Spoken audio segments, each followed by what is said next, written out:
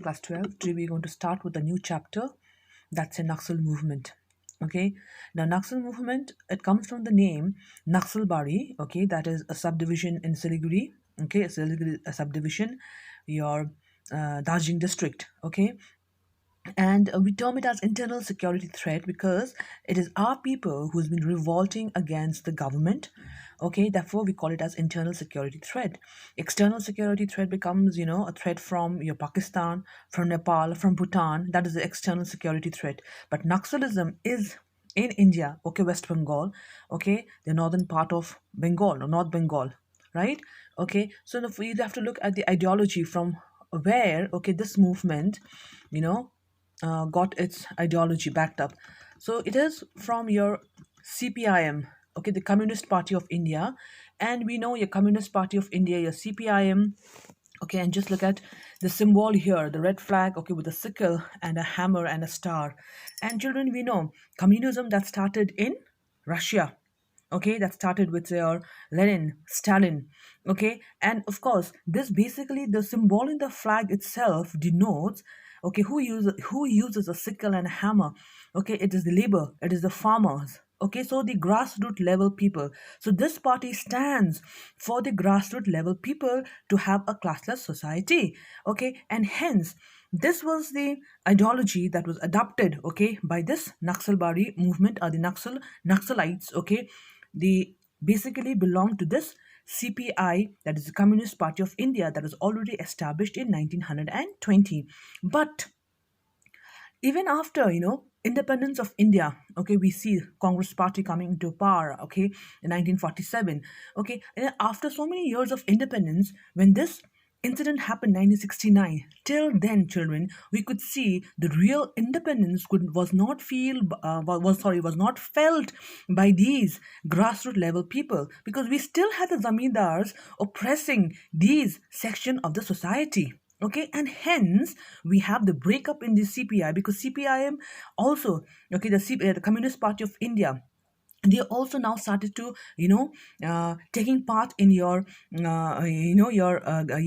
elections. Okay, and then of course when they take it for the elections, it is for the seat, the power, hunger. So they obviously will not work for these grassroots level people. Okay, and hence we have the breakup in the original CPI, that is the Communist Party of India, into your CPIM, okay, Marxist. Okay, and later on these CPIM, of course, is also okay, known as your Maoist. Also they're known as your Maoist. Okay, and because it happened in Naxalbari, it is called the Naxalite movement. Okay, children, please have that concept clear. But then the basic ideology comes from this Communist Party, that is the who wanted a classless society. Now, the ideology, as I said, communist political movement, which had already emerged in 1920. Okay, with the your in Russia. Okay, and the other one who formed, the other country which formed as a communist country was China. Okay, and of course we have a very important role played here by Mao Zedong. Okay, who first established the communist Republic of China. Okay, so that was the ideology, of course, adopted by our the leaders of the Naxal movement. Also we'll come and see in the later part of the video. Now, communist political movement which emerged in 1920 with adherence to the ultimate goal of building a classless society. As I already said, that was the main purpose, okay, of this party. Okay, they wanted to build a classless society, no bourgeoisie, okay, that is upper class, okay, and middle class, and the lower class. So there should be no division in the society. That is what the basic, ultimate goal actually was, to adhere to that. They had to stick to that. But then they did not. Why?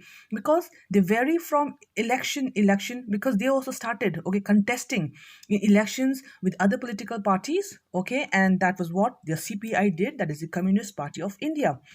Now, Communist Party of India Marxist, that is CPIM, turned underground, okay, armed rebels. So these were later called as Maoist also. Okay, why? Because it took up the guerrilla warfare, that is the underground armed rebels.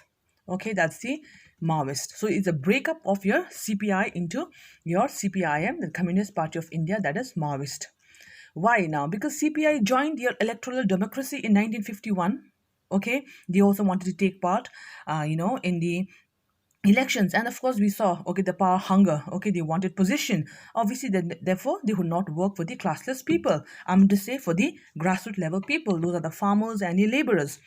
Now some of the CPIs were more radical elements. Radical elements means, yeah, because you are moving, okay, from the main basic ideology that we talked about, the classless society. Okay, you are not working for that. Okay, so now we want more. Okay, we do not want to be a part of the CPI, and hence they broke up into CPIM in 1964.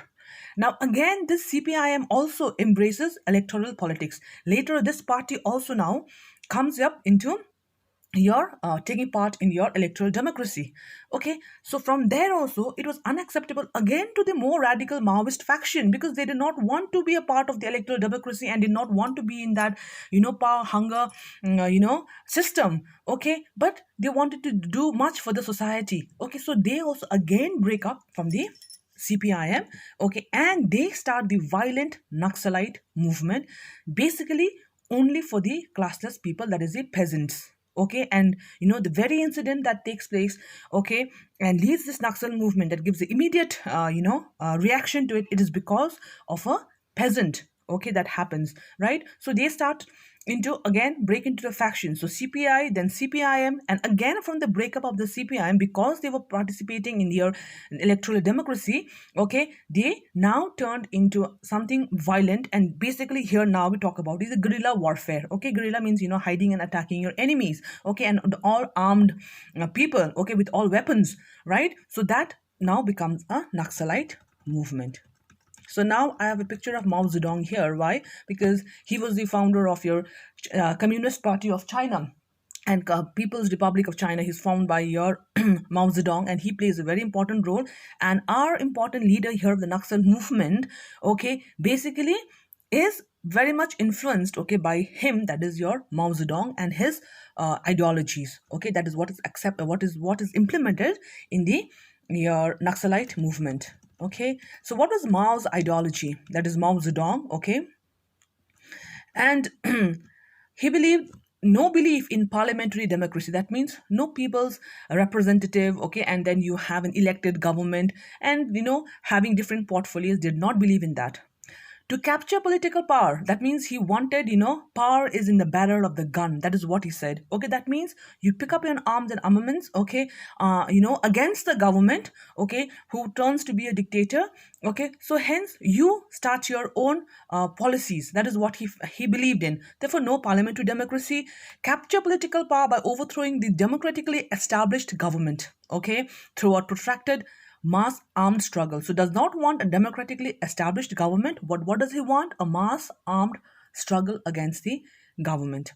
To build up bases in rural and remote areas. What he exactly did in China, children, we have done that. Okay, his long march, okay, and how he formed bases in Huan, all that we have seen. Okay, in Yunnan, okay, we have seen that. So to build up bases in rural and remote areas, which will eventually be transformed into your guerrilla zones. And guerrilla zones, where you have your, the army. Okay, not the army actually. Okay, yeah, the people, of course, hiding. Okay, who was there and the taking part here, okay, will hide and then will attack with arms, and later on they will declare that as liberated zones, meaning they will not be under the government's rule. Okay, they'll have their own policies. Now to expand the liberated areas in order to encircle urban areas, also to facilitate seizing the power. So they want the power in their hands and they do not want to be under the government. Okay, because they are not satisfied with the government policies. Okay, and this, of course, basically it happens in children because of very important fact. If we talk about it, is poverty. That is one important thing actually. These or deprived people, they are the deprived people, they are grassroots level people. Okay, they do not get all the facilities, so they're deprived people, and it is poverty, and that basically leads to your forming of a group, and then they organize all kinds of armed struggle, and hence we can see that in the Naxalite movement. Okay, now you have this part here. Okay, the Siliguri, as we know, it's also known as the chicken corridor, and so West Bengal. So with all the red flags here, these are all your Maoist affected areas. Okay, West Bengal, Bihar, Jharkhand, Chhattisgarh, Andhra Pradesh. Though from 1970s we can see, okay, after the death of Charo Mazumdar, okay, the leader of Naxalite movement, it did the effect is not that much. Okay, but still we have the impact is still there. The impact is still there of this movement. Okay, right? So you can see this is West Bengal, where the parts, okay, here where the first Naxalite movement started here. Okay, so all with the red flags, you can see here where you have the influence of the Maoists. Okay, so you can see highly affected areas and the yellow one, moderately affected areas. Now, why is it Naxal movement? Why do they call it a Naxal movement? I already told you all that, children. So it is because you can say it is a peasant revolt, or it is for the classless people, okay, or landless people. Okay, so that is why a Naxal movement started. So in the year 1967, you see revolutionary and violent activities started from the village Naxalbari in the Darjeeling district of West Bengal, and hence it is called Naxalism. Okay, so because it started here from that place, therefore the name comes from the place where it started. So Naxalbari, so it comes Naxalism, and the supporters of this movement are called Naxalites. Okay, now immediate reason, if we talk about, it is in Naxalbari a tribal youth named, so as it a landless person, okay, a peasant, a tribal youth named Bimal Kisan, having obtained a judicial order, okay, from the court. He went to plow his land on March 2nd, 1967. So children, you can see here till your four, you already till here 1967, we already had your four general elections, okay, and India seemingly was independent. But where is the independence for these people? Okay, because they were still under the zamindars. You can see here, okay, still the zamindari system existed. Okay, so he went to plow his land on March 2nd because that land belonged to him. Okay, but what did the zamindar do? The local landlord, that is zamindar, attacked him with the help of the local goons.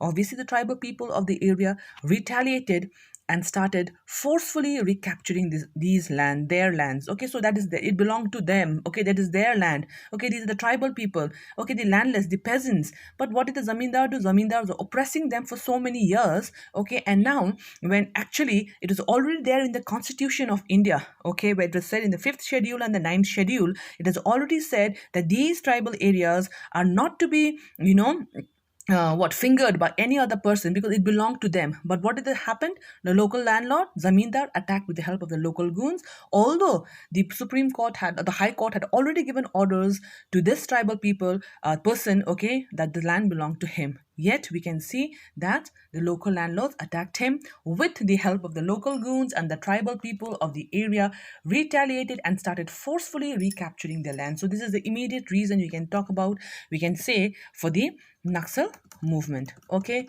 now when talk about the main leaders of the movement, you have Charu Mazumdar. Okay, Charu Mazumdar was born in 1918 in Siliguri, North Bengal, and his father was also a freedom fighter. Okay, then he had worked earlier for the Communist Party of India, okay, in the Peasant Front. Right? Okay, so he takes the move here now from 1967, Charu Mazumdar. Another important leader you have is the Kanu Sanyal, okay, who was also one of the founding leaders of your Communist Party of India, okay, Marxist Leninist. Again, ML stands for Marxist Leninist, Leninist because it is from Lenin, okay, from Russia. Okay, they take the ideology from there as well. Therefore, their party known as your CPIML, and ML stands for Marxist Leninist. Okay, now Charu Mazumdar, as I said, was born in Siliguri, North Bengal, and he had joined the Communist Party of India to work in its Peasant Front. Okay, so we have the picture here of Mao Zedong and Charu Mazumdar. Okay, why? Because their philosophy are interchangeable. Okay, what Mao Zedong said, okay, was followed by Charu Mazumdar, and Charu Mazumdar was highly much impressed by Mao Zedong's philosophy, his ideology, and that's how he also sets up his historic 8 documents, we call it as, or your 8 monograph, which outlines the ideological principle of the Naxalite movement. Okay, and that is how he was influenced by Mao Zedong. Okay, he is your Charu Mazumdar. Mao and Charu. Now, Communist Party of India Marxist, led by Charu Mazumdar, initiated a violent uprising, okay, here in Naxalbari. The Siliguri Kishan Sabha also declared their readiness. That means they were also ready to help this, movement, and adopted armed struggle to redistribute land to the landless. Actually, this was what was said in the 9th schedule of the Indian Constitution, okay, for the landless, those who had. Okay, children. So this was not been implemented. Okay, so the immediate reason becomes this, okay, by the peasant, when he had got, okay, the verdict from the court, the land belonged to him, but the local zamindar attacked him, and so it takes a violent turn. Then you have Kanu Sanyal also joining Charu, but he was one of who steered the movement with an iron fist. Kanu Sanyal also plays a very important role here. He was also one of the important leaders. Okay, although for the Naxalite movement, main important leader is Charu Mazumdar. Okay, but without Kanu Sanyal also that wouldn't have been possible, because he was the one who stirred also the movement with an iron fist. Okay. Then, if we talk about the root of the conflict, we talked about the immediate cause of the Naxalite movement. What is the root of the conflict? As I already mentioned, the failure of the government to implement, there's provisions, okay, of the fifth and the ninth schedule of the Constitution. Now, what is the fifth schedule of the Constitution? Here it states the fifth schedule says that all the forest reserves and the lands that are inhabited by the scheduled tribes, okay, the tribal people, are to be administered by a group, and that was known as your tribal advisory councils. Okay, children, tribal advisory councils. But they are independent of the state government. That means the government also cannot interfere with them, right? But no Indian state had implemented till this date, okay, 1967, you could see that no Indian state had implemented the Tribal Advisory Council. That was a group there, okay, that is to work only for the scheduled tribes. But what did they do? The state government, on the other hand, they passed law, okay, legislations enabling the pharmaceutical companies, okay, the pharmaceutical companies, those who make medicines, okay, to mine, okay, to use that area to set up factories. Okay, and how do they do that? By evicting, that means by throwing the tribal population of those areas. So that was the root of the conflict actually. Okay, we only saw about the immediate cause, but it was non-implementation of this fifth and the ninth schedule. That was what the fifth schedule talked about. The forest reserves, it belonged to the tribal people. They had to have a group, that is the Tribal Advisory Council, and the state not to interfere, but instead the state is giving this part of the land, okay, to be used by the pharmaceutical companies. Okay, children. Now, ninth schedule, what does it say? It passed a series of land legislation, that is law, okay, legislation, and it said that a concentration of lands, okay, among a few rich upper caste of the country, okay, the land was there, and there was a land ceiling act. Now, what is the meaning of land ceiling? That means a particular person can hold only a particular amount, okay, or acres of land, okay, and those above that, if they had to be given to the landless people, okay, but that was not been happening, okay, because those excess land had to be taken by the government and then given to the landless peasants. But this ninth schedule also was not been implemented. So the failure of government to implement those provisions of the the fifth and the ninth schedule enraged these classes to revolt. Okay, children. And finally, what do we see? The historic 8 documents, as I talked about, becomes the main, okay, ideology, okay, behind this Naxalite movement, and that, as I already talked about, was adapted by your Charu Mazumdar. Okay, historic 8 documents. Now, these are articles that provide, the ideological foundation, okay, of the Naxalites. And what did Charu Mazumdar say? He argued in these articles that revolution must take the path of armed struggle on the pattern of the Chinese Revolution. And on the pattern of the Chinese Revolution, that means how your Mao Zedong had adopted that, okay. And in this document, historic 8 documents, okay, you can also call a Bible, or a holy book for these Naxalite movements. It is written by Charu Mazumdar, okay, and he strongly denounces the section of the Communist Party that joined the elections, okay, because those people, as I said, CPI, then you break into CPIM, and CPIM also taking part into electoral democracy, not working for these landless people, and hence they had to turn into something very violent, and that is how the Naxalite movement takes place. So he says that the people who joined the elections were operating within the framework of the Constitution of India, okay. So he now gave a call for a Maoist struggle, that means the armed struggle, to overthrow the Indian state. Okay, children.